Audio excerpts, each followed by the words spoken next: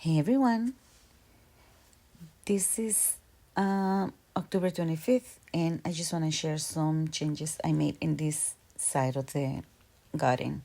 This is the side entrance to the garden, and I've been working on making this a living fence.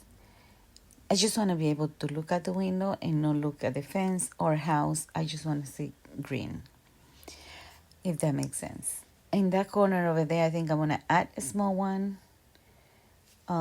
It's gonna take a few years to fill in, but if I would have done it when I moved in, they would have been already big, and I didn't. But it's okay. We live and learn. Where the little one is at right now, I had a dogwood that I moved. I'll show you that in a little bit. And that other smaller variety I added this year as well, a month ago. Like I said, it's gonna take time, but gardening is patience, right? And I mean, I'm here. The time is still gonna pass, and eventually it's gonna look like I want it. And right here on this planter, I put the weigela that was right there beside it where the dogwood is now. The dogwood is huge, it's nice. I just, in the other one, I want arborvitaes. I think it's gonna look nice like that. Anyways, this yellow twig dogwood is gonna look beautiful over here. It's gonna cover the wall, but I'm gonna limb everything up like small trees. I guess that's my idea. Maybe that changes, but that's the look I'm going for. And I think the weigela, what I put it right now, it would take, it would get a lot more sun, and hopefully it will give me more flowers. I didn't cut anything. I just transplanted it. This week is being warm. That's why I did it. I think we're going to have 2 weeks in like the 70s. So it's going to have a good chance to establish a little bit until we get cooler temperatures. That is what I want to see, like everything covered in green. Behind the bench, which I love this bench, I have a hydrangea with no name that has never flowered. And if it doesn't this year, it's going to be ripped out, thrown away, and replaced with another hydrangea or something else. In here, I expanded the bed. I showed that in other videos, and I have a variety of plants, but I'm just focusing on evergreens and ornamental trees. I just want, I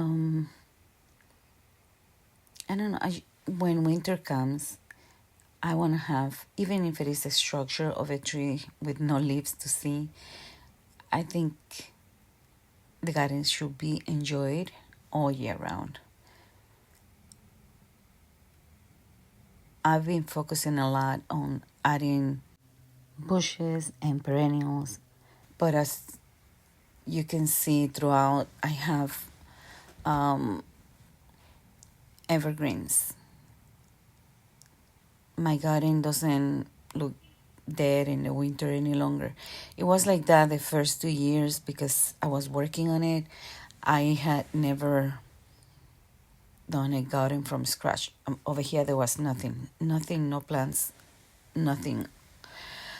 It was just weeds. So everything I have put in, some things I had to change, some things I had to take out, some things died, but I'm very pleased now how it looks.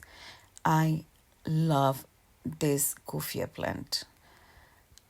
I'm gonna continue buying it and putting it in there. Hummingbirds were crazy this year. I had never seen a hummingbird in person. This year, they came, several of them, every day, a few times a day, to use the Kufia, and Salvia. It was amazing. I cannot tell you how I felt the first time I saw one. I cannot explain it, but you probably know what I'm talking about. Anyways, over here I have a quick fire fab hydrangea that grows about 6 to 8 feet tall. And I made a mistake in the other side of it. I did put a hydrangea, but that one is a strawberry sundae, and it grows only, I think, 4 feet tall. So I'm gonna change it for another hydrangea that I have. That is the vanilla strawberry that grows 6 to 8 feet tall, because I want to have the arch with the roses flanked with 2 hydrangeas. I do not know if that is gonna work. It's a look that I see in my head and I want to go for it. And if finish changing, then we'll change it. Over here I added this boxwood with the conical shape, again for structure. And there is a heath or heather that is an evergreen. Everything else goes dormant during the winter, so that is plain. And I just want to see this corner with some greens. What else did I add new over here? Oh, I added these anemones. I have the Caryopteris, the Baptisia that was divided, and the other part I added to the other corner. I'll show you later. But I think everything is starting to look how I want it. I think coming next spring, and I'm going to be really happy with the outcome. This is a new bobo hydrangea that I added here. I'm trying to make this border from this bobo on to be hydrangea border. Again, is it going to work? Is it going to look like I have it in my head? I don't know, but I want to give it a try. And between the hydrangeas, I put anemones, and I think it's going to look amazing. Amazing. This is a little lime. And then this is an annual salvia, another anemone. Behind the anemone, there is a Shasta daisy. And over here, by the salvia, is another little lime. And beside it, there is the the vanilla strawberry that I'm going to exchange for the strawberry sundae vanilla, just because of the size.